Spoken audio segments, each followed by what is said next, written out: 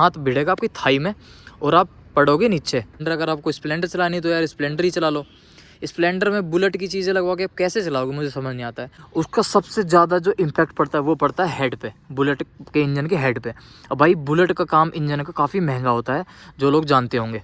भाई चलान कटेंगे ही कटेंगे, तो वो सारी चीज़ें चलो आप झेल सकते हो तो झेल लेना। देखो एक दो बार गिरी है बाइक और यहाँ से देखो मुड़ चुका है, बट वो ये भाई या तो दिखवा लो या तो कंफर्टेबल सारी चीज़ें ले लो। अब भाई गाड़ी घोड़ा सब कोई अपनी धुन में अपनी स्पीड में चलाता है, एकदम से तुम पीछे देख रहे हो किसी कोई नहीं है, इतने तुम्हें कोई आगे से तुम्हारे सामने आ जाएगा। बुलेट की आपने मॉडिफिकेशन की वीडियोस तो बहुत देखी होंगी, लेकिन भाई मॉडिफिकेशन से होने वाली दिक्कतों को क्या है आज मैं आपको इस वीडियो में बताऊंगा। भाई मॉडिफिकेशन से होने वाली आपकी बुलेट में क्या क्या दिक्कतें होती हैं, जिन दिक्कतों का आपको सामना करना पड़ सकता है। तो भाई जो भी दोस्त आपको मॉडिफिकेशन करवाना चाह रहा हो या बुलेट की मॉडिफिकेशन करवाने वाला हो, तो भाई एक बार अपने उस दोस्त को वीडियो शेयर ज़रूर कर देना।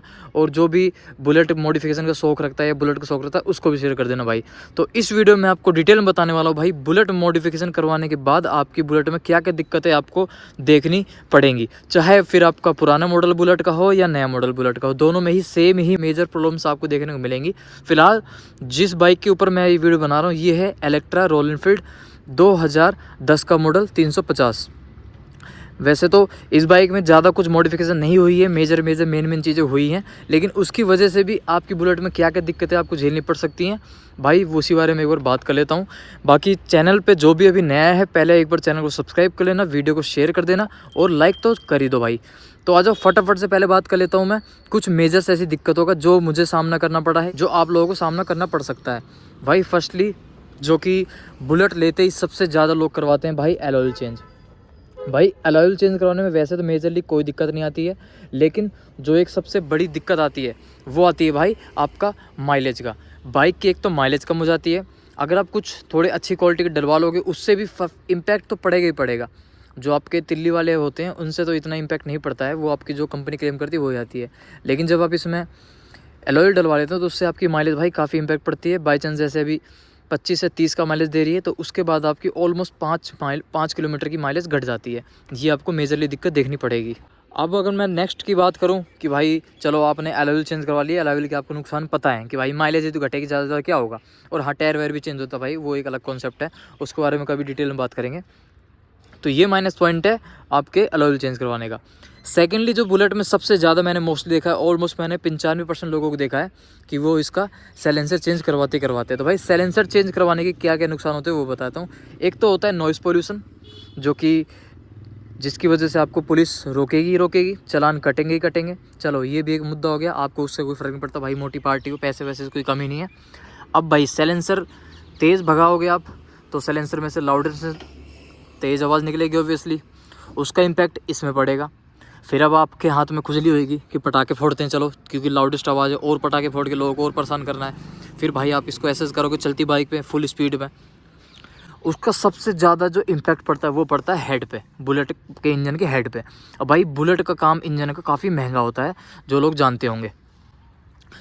तो मैं यही कहना चाहता हूँ अगर आप ये चीज़ करवाते हो तो भाई इस चीज़ का ज़रूर ध्यान रख लेना अगर आप साइलेंसर करवा रहे हो, क्योंकि अब साइलेंसर को लेकर बहुत ही स्ट्रिक्ट कानून बन चुके हैं कि भाई आपके जो लाउडेस्ट साइलेंसर होते हैं उनमें भाई चालान कटेंगे ही कटेंगे। तो वो सारी चीज़ें चलो आप झेल सकते हो तो झेल लेना। बाकी इसके जो नुकसान होते हैं वो यार देखो, आप नॉइज़ पोल्यूशन चला रहे हो सिर्फ अपनी, चलो आप लाउडेस्ट साइलेंसर डलवा रहे हो इसमें अपनी खुशी के लिए, लेकिन भाई जब आप किसी के बगल से निकलोगे ना वो आपको बद्दुआ गालियाँ ही देगा, क्योंकि भाई सबका मेंटल पीस पता नहीं किस कहाँ पे उसका दिमाग कहाँ पर है। आप उसके बगल से ले जाओ एकदम से स्पीड में तेज़ और लाउडेस्ट आवाज़ सुन के, कोई कुछ इंपॉर्टेंट बात करा तो वो एक तो पल को आपको नेगेटिव ही बोलेगा।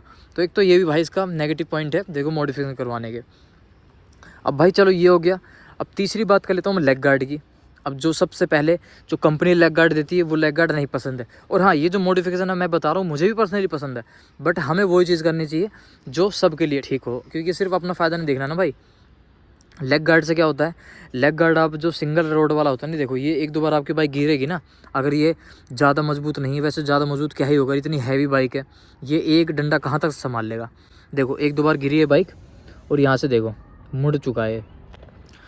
तो लेग गार्ड जो वो वाला होता है उसमें आप जब आपकी बाइक गिरती है उस साइड से गिरती है मोस्टली, तो इधर से मैं आपको, तो इधर से जब आपकी बाइक गिरेगी ना तो देखो काफ़ी सारी चीज़ें वो लेग गार्ड आपकी बाइक का बचा लेता है। इंडिकेटर साइड का, अगर आप कोई बंदा बैठ के चला रहा है वो भी गिर रहा है तो भाई उसके भी पैर वगैरह की सेफ्टी हो जाती है। लेकिन भाई इससे ज़्यादा सेफ्टी नहीं होने वाली है आपकी, है ना। तो ये भी एक इसका माइनस पॉइंट है। तो बट अगर शौक के लिए डलवाना ही भाई, सारी चीज़ आपको पता ही, उसके बावजूद भी करवाना चाहते हो तो भाई बेशक करवा लो, आपकी मर्जी है। ये हो गया इसके 3 पॉइंट्स। चौथे पॉइंट की बात करूँ तो वो होती है भाई इसकी सीट। कि भाई जब आप बुलेट लेते हो, पुराना मॉडल नया मॉडल, बुलेट मोस्टली अब स्टैंडर्ड ही आती है, इलेक्ट्रा वगैरह सब बंदी हो गई हैं, ये इलेक्ट्रा मॉडल है। तो आप लोग सीट भी चेंज करवा देते हो। जो कंपनी सीट देती है वो देती है थोड़ी मोटी, बहुत से लोगों को मैंने देखा है वो करवा लेते हैं पतली सीट, जैसी अभी इसमें डली हुई है। ये भी जिस भाई की बाइक है उसने भी पतली सीट डलवाई हुई है। तो इसमें भी क्या दिक्कत होती है ना भाई, ये कंफर्टेबल कम होती है। प्लस जब आप इसको बैठ के चलाते हो तो आपका जो सीटिंग पोस्चर है वो नीचे चला गया, हैंडल की तरफ आपके जो मतलब कमर में बेसिकली दर्द आपको फील होने लगेगा अगर आप थोड़ा लॉन्ग रूट पे बाइक चला लोगे 100-150 किलोमीटर। बट जो कंपनी देती है सीट वो काफ़ी कंफर्टेबल होती है, ओरिजिनल होती है, रॉयल एनफील्ड की होती है। तो उसमें ये चीज़ आपको कहीं ना कहीं फ़ायदेमंद होगी कि भाई वो सीट काफ़ी ज़्यादा कंफर्टेबल होती है। बट वो ये भाई या तो दिखवा लो या तो कंफर्टेबल सारी चीज़ें ले लो। तो इस सीट का अगर आप देखते हो तो भाई आप एक तो कंफर्ट लेवल आप खो दोगे, है ना। तो ये चीज़ आप देख लेना एक बार। और ये सीट तो अभी थोड़ी पुरानी हो गई है इसलिए ये और ज़्यादा टाइट हो गई है, ये भी इसका माइनस पॉइंट है। वहीं ओरिजिनल सीट होती तो ये अभी तक इसका जो कुशन है काफ़ी ज़्यादा चल जाता है। लोकल सीट है, बाहर से चेंज करवाई हुई है इसलिए अब थोड़ी टाइट हो गई है पुरानी होने के बाद। अब चौथा है शीशे। भाई शीशे के क्या फ़ायदे होते हैं, क्या नुकसान होते हैं, वो सबको पता है ऑलमोस्ट, मुझे बताने की ज़रूरत नहीं है कि शीशे लगवाने के शीशे हटवाने के क्या नुकसान है। भाई जब आप बाइक चला रहे होते हो ना रस वाले एरिया में जहाँ पे ज़्यादा भीड़ भाड़ होती है, आपको बार बार पीछे पलट के देखना पड़ता है कि साइड से हल्की सी साइड लोगे देखोगे मुड़ मुड़ के भाई है कि नहीं है, इस साइड लोगे इस साइड देखोगे है कि नहीं है, कोई है आ तो नहीं रहा है, कोई भिड़ा ना दे एकदम से, है ना। तो कहीं ना कहीं डर रहता है शीशे से। जब भी बाइक आप मोड़ोगे, अगर शीशे नहीं है तो जब भी आप बाइक मोड़ोगे तो आपको पीछे मुड़ के देखोगे, इतना कहीं एकदम से। अब भाई गाड़ी घोड़ा सब कोई अपनी धुन में अपनी स्पीड में चलाता है, एकदम से तुम पीछे देख रहे हो किसी कोई नहीं है इतने, तुम्हें कोई आगे तुम्हारे सामने आ जाएगा। तो शीशे से क्या होता है, आप सामने भी देख सकते हो, शीशे में एक झलक देख लो, पीछे भी कोई नहीं है और अपने आराम से निकाल लो। इसमें शीशे नहीं है। बाकी मैं यही नेगेटिव पॉइंट्स बताने के लिए आपको ये बाइक लेकर आया हूँ मॉडिफाई वाली। और बुलेट से रिलेटेड भाई मैंने और भी वीडियोस बनाई हुई हैं कि क्या क्या बुलेट के फ़ायदे हैं, क्या क्या बुलेट के नुकसान है, वो भी जाके आप मेरे चैनल पे विजिट करके डिटेल में देख लेना। और ये वीडियो अपने उन दोस्तों को ज़रूर शेयर कर देना जो भाई मॉडिफिकेशन के बहुत ज़्यादा शौकीन है। अब भाई मैं क्या बोल रहा था, हाँ शीशे। तो भाई शीशे भी मोस्टली क्या फ़ायदे होते हैं मैंने आपको बता दिए हैं। तो ये हो गया इसका चौथा पॉइंट। अब पांचवा जो कि मैंने देखे मोस्टली ज़्यादातर बुलेट्स में भाई हेडलाइट चेंज करवा देते हैं। अब भाई हेडलाइट का क्या नुकसान है, जो कंपनी देती है वो देती है भाई हेलोजन बल्ब इसमें, और जो लोग डलवा लेते हैं वो इसमें प्लेन शीशा करवा के और अंदर एलईडी पे एलईडी लगवा लेते हैं। बट उसकी रोशनी फिर कम हो जाती है, काला सा प्लेन शीशा लगवा लेंगे भाई। वो मतलब मैं कहता हूँ अगर आप रात में निकालोगे ना तो आपको इतनी दिक्कत होगी ना, बेशक आप कितना ही हाई लाइट बल्ब लगवा लो, हाई ज़्यादा पावर का बल्ब लगाओगे तो भाई बैटरी पे इम्पैक्ट पड़ेगा। तो इसलिए भाई आप उसी हिसाब से भी बल्ब लगवाओगे। तो अगर आप यही वाला लगवाओगे तो बेस्ट है ना। अगर आप चाहो ये हटवाना है, कम रोशनी होगी, दिक्कत होगी, वो एक अलग बात है। बाकी जो लाइट चेंज करवा लेते हैं उसका ये नुकसान होता है भाई, आपको रात में, दिन में तो आपकी बाइक बढ़िया लगेगी देखने में, आपको शायद जरूरत नहीं पड़ेगी, बट जब आप रात में निकालोगे ना तब आपको दिक्कत ही दिक्कत होगी। और मोस्टली दिक्कत तो भाई अगर आप इसमें ज़्यादा हाई वाट का चला, अब आप बोलोगे मैं तो भाई तगड़ी हेडलाइट लगवा लेता हूँ। तगड़ी हेडलाइट की जो पावर होगी ना वो भाई आपकी बैटरी से ही होगी। ये जो बैटरी ना इस पर ज़्यादा इम्पैक्ट पड़ेगा, जिसकी वजह से भाई बुलेट की सेल्फ भी हैवी होती है। देखो मैं आपको दिखवाता हूँ, ये देखो बुलेट में सेल्फ भी काफ़ी हैवी होती है। तो ऑलरेडी सेल्फ की वजह से इतनी हैवी इसमें बैटरी देती है कंपनी आपको, ना कि आप इसमें हैवी बल्ब वगैरह लगवा लो, दुनिया भर के अकड़म तिकड़म करवा लो, है ना।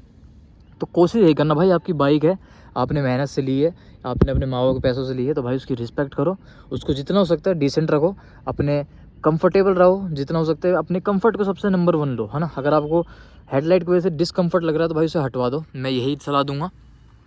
करवा लिया है, आपको पसंद है, आपको नहीं कोई दिक्कत परेशानी तो भाई वो अलग बात है। बाकी मैं बस आपको एक माइनस पॉइंट बता रहा हूँ कि मॉडिफिकेशन करवाने के बाद आपको क्या क्या दिक्कतों का सामना करना पड़ेगा।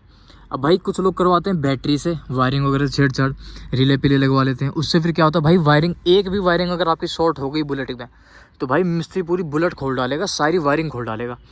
और मैं बता दूँ भाई बाइक की एक बार वायरिंग खुलने के बाद जब दोबारा होती है ना, उसके बाद भाई कभी भी कहीं भी कोई भी दिक्कत आ सकती है, वायरिंग कैसा चक्कर है।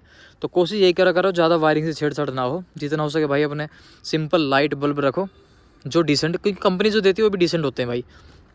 तो ये भी माइनस पॉइंट होता है अगर आप ज़्यादा इसमें लाइट बल्ब करवाते हो, डिसेंट चीज़ें नहीं रखवाओगे, ज़्यादा इंडिकेटर एलईडी लगवा दी, हेडलाइट ज़्यादा पावर की लगवा दी, तो ये भी दिक्कत होती है।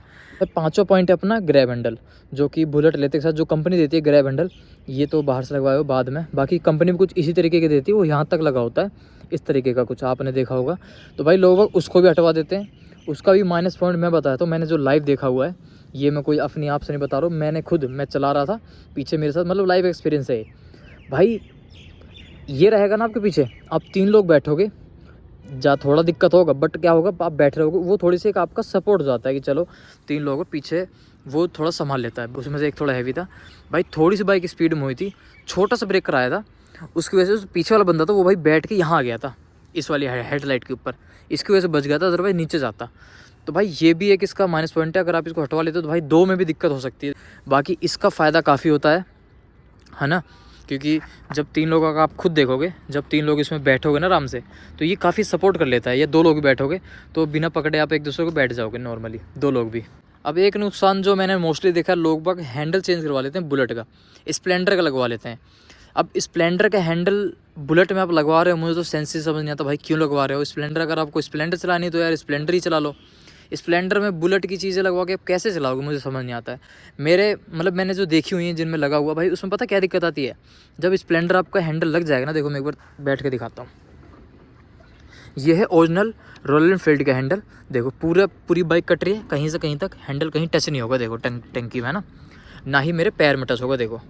लेकिन जब आप इसमें स्प्लेंडर का हैंडल लगवा लेते हो तो पता क्या होगा, बुलेट एक तो आपकी स्प्लेंडर का हैंडल लगवाने के बाद वो नॉर्मली रखते हैं, क्योंकि सीधा रखेंगे तो भाई बुरी लगेगी, आप बोलोगे यार ये स्प्लेंडर वैन जो बुलेट एक सी हो रही है। बट उसको करवाने के बाद लोग उसको नीचे करवा लेते हैं, तो आप जैसे ही चलो चलाने में तो आपका सिटिंग पोस्चर ऐसा हो जाएगा, बढ़िया लगेगा आपको, तो यहाँ वाह भाई देखने में बढ़िया लग रहा है। लेकिन जब उसको मोड़ोगे ना तो भाई वो भिड़ता है सीधा आपके पैर में, यहाँ पे वो स्टीयरिंग यहाँ पे, तो आप ज़्यादा बाइक को काट नहीं पाओगे। अगर एकदम से आपको बाइक मोड़नी पड़ गई ना तो भाई आपका हाथ भिड़ेगा आपकी थाई में और आप पड़ोगे नीचे, एक्सीडेंट के चांसेस बढ़ जाते हैं मेजरली, मैं ये बताना चाहता हूँ। बाकी कुछ भाइयों ने मेरे करवाया होगा भाई, मैं कोई आपको नेगेटिव नहीं बता रहा हूँ, मैं बस एक जो एक्सपीरियंस है, जो मैंने लोगों को देखा हुआ, जो लोग जिनसे मैंने बात की हुई है उनका एक्सपीरियंस है, उन्होंने खुद मुझे बोला है कि भाई स्प्लेंडर का ये लगाने के बाद ये हमें दिक्कत सामना करना पड़ा है। मैं उन्हीं सब के बेस में आपको ये एक वीडियो बना के बता रहा हूँ कि मैंने लोगों के क्या क्या एक्सपीरियंस लिए हैं, जो फेस करने पड़े हैं। तो भाई अगर आप भी बुलेट लेकर इसका हैंडल चेंज करवाने की सोच रहे हो तो भाई कोशिश करना ना करवाओ। और भी हैंडल्स हैं वैसे रॉयल एनफील्ड का, अगर आप चाहो आपको कंफर्टेबल नहीं लग रहा है तो आप उनको कस्टमाइज़ करवा लो, वो प्रोफेशनली आपके बुलेट के हिसाब से बनवाते हैं लोग बाग, है ना। बट किसी और बाइक का आप डलवाओगे तो वो थोड़ा सा सेंसलेस हो जाता है मामला, थोड़ा सा आपके चांसेस भी हो सकते हैं भाई दुर्घटना के। तो मैं तो भाई यही चाहूँगा मेरे सारे भाई सुरक्षित रहें।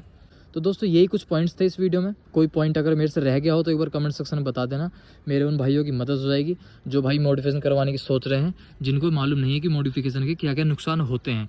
अगर आपने कोई ऐसी चीज़ करवा रखी है, आपको नुकसान झेलने को पड़ा है, तो भाई अपना एक्सपीरियंस शेयर कर लो, कोई बुराई वाली बात नहीं है। ये भी मैंने अपने एक्सपीरियंस शेयर करे हैं, एक दो भाइयों से मैंने बात की, उन्होंने मुझे एक्सपीरियंस शेयर करे हैं, वो लोग कैमरे के सामने नहीं आए, मैंने उनकी बातें आपके सामने रखी हैं, बस इतना ही फ़र्क है।